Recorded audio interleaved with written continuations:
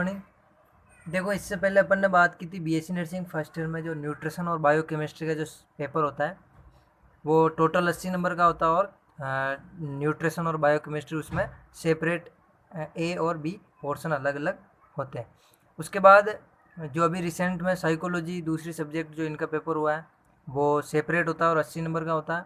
इसमें देखो, पहला था क्वेश्चन जो आया था, enumerate the various cognitive process. Enumerate का मतलब वही लिस्ट डाउन करना और उसके बारे में लिखना। वेरियस का मतलब विभिन्न प्रकार के, और कॉग्निटिव प्रोसेस जिसमें लर्निंग, थिंकिंग, नाउइंग और प्रॉब्लम सॉल्विंग, ये सारी प्रोसेस जो आती है कॉग्निटिव प्रोसेस के अंदर आते हैं। और इसमें भी जो बी वाला पोर्शन था उसमें क्या लिखना था, discuss the perception in detail. Perception के बारे में लिखना। देखो, परसेप्शन क्या होता है, किसी भी विषय वस्तु को अपन जो परसीव करते हैं, देखते हैं, अलग अलग नामों से जानते हैं, जिसे जानते हैं, तो ये क्या परसेप्शन, पहचान करना, इसको डिटेल में लिखना था। उसके बाद what do you understand, question दूसरा, what do you understand by mental hygiene and mental health. Mental hygiene और मेंटल हेल्थ के बारे में आप क्या समझते हो, इसके बारे में लिखना था। इसमें मेंटल हाइजीन कैसे रख सकते हैं, जैसे मेडिटेशन करना हो गया, जैसे एक्सरसाइज करना हो गया, तो ये सारी जो मेंटल हाइजीन रखना, और मेंटल हेल्थ की डेफिनेशन के बारे में लिखना था, और मेंटल हेल्थ के बारे में लिखना था। डिस्कस, बी वाला पोर्शन है, discuss promotive mental health strategy and services. कौन कौन सी ऐसी स्ट्रेटर्जी या सर्विसेज हैं जो किसको बढ़ावा दे रही है, मेंटल हेल्थ को क्या कर रही है, बढ़ावा दे रही है, उसके बारे में लिखना था। क्वेश्चन तीसरा जो है, explain the concept of personality and its influence on behaviour, list the types of personality. Question third के अंदर क्या करना था, जो कॉन्सेप्ट है पर्सनालिटी का उसके बारे में लिखना है। अलग अलग व्यक्ति की अलग अलग पर्सनालिटी होती है। And it influence on behaviour, और ये बिहेवियर के ऊपर किस प्रकार से प्रभावित है, या बिहेवियर के ऊपर क्या प्रभाव डालता है, ये लिखना था।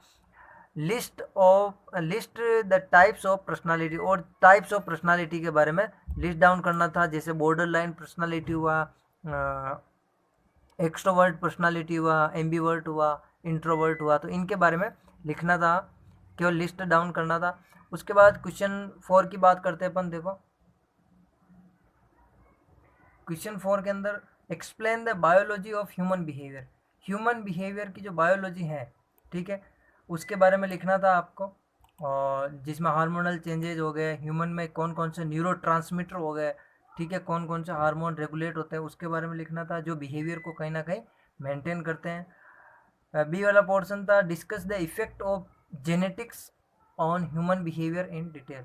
तो जेनेटिक्स के क्या क्या इफेक्ट है ह्यूमन बिहेवियर के अंदर, जीन के क्या क्या इफेक्ट हैं, उसको अपन उसके बारे में डिटेल में लिखना था। क्वेश्चन 5 है जो एक्सप्लेन साइकोलॉजी, साइकोलॉजी की डेफिनेशन लिखनी थी। उसके बाद describe the method of psychology, psychology के जो भी मेथड आते हैं फर्स्ट सेकंड यूनिट के अंदर वो लिखने थे। What is the use of psychology in nursing, और नर्सिंग में इसका क्या योगदान है साइकोलॉजी का, उसके बारे में लिखना था। क्वेश्चन 6 जो आया था, describe the motivation and emotional process in detail. Motivation जो ये टॉपिक है, ये हर एक साल के बाद रिपीट हो रहा है, तो ये मोटिवेशन बहुत ही इंपॉर्टेंट टॉपिक है। मोटिवेशन का मतलब मूव करना, टू मूव करना, या प्रेरित करना किसी को आगे बढ़ने के लिए, उसे क्या कहते हैं, मोटिवेशन कहते हैं। और इसके टाइप वगैरह बहुत प्रकार के हैं, तो ये आपको पढ़ना चाहिए। और ये अ, हर एक साल के बाद ये क्वेश्चन रिपीट होता है। And emotional process in detail, और इमोशनल प्रोसेस के बारे में लिखना है। ह्यूमन का इमोशनल जो प्रोसेस है वो कैसे चेंज होता है, उसके बारे में डिटेल से लिखना था। उसके बाद गाइडेंस, क्वेश्चन जो 4 है उसमें एनी 4, ठीक है, कोई 4 करने थे इसमें, सारे 4 4 नंबर के हैं। ए जो पोर्शन था, गाइडेंस एंड काउंसलिंग, इसमें गाइडेंस और काउंसलिंग के बारे में लिखना। गाइडेंस का मतलब किसी को गाइड करना, और काउंसलिंग का मतलब किसी एक स्पेसिफिक टॉपिक पे काउंसलिंग करना उसकी।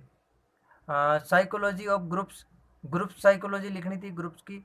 और एटीट्यूड के बारे में लिखना है, एटीट्यूड के टाइप्स के बारे में लिख सकते हो, इसमें 4 नंबर का है। तो उसके बाद warning sign of poor mental health, poor mental health के वार्निंग साइन लिखने थे, जैसे फटिगनेस हो गया, जैसे व्यक्ति का कोग्निटिव प्रोसेस इम्पेयर्ड हो गया, मेमोरी अल्टर्ड हो गई, तो ये सारे क्या पुअर मेंटल हेल्थ के वार्निंग साइन है, इनके बारे में लिखना था। इंटेलिजेंस के बारे में लिखना था, जिसमें आईक्यू लेवल लिखना था, और उसकी क्लासिफिकेशन करना था।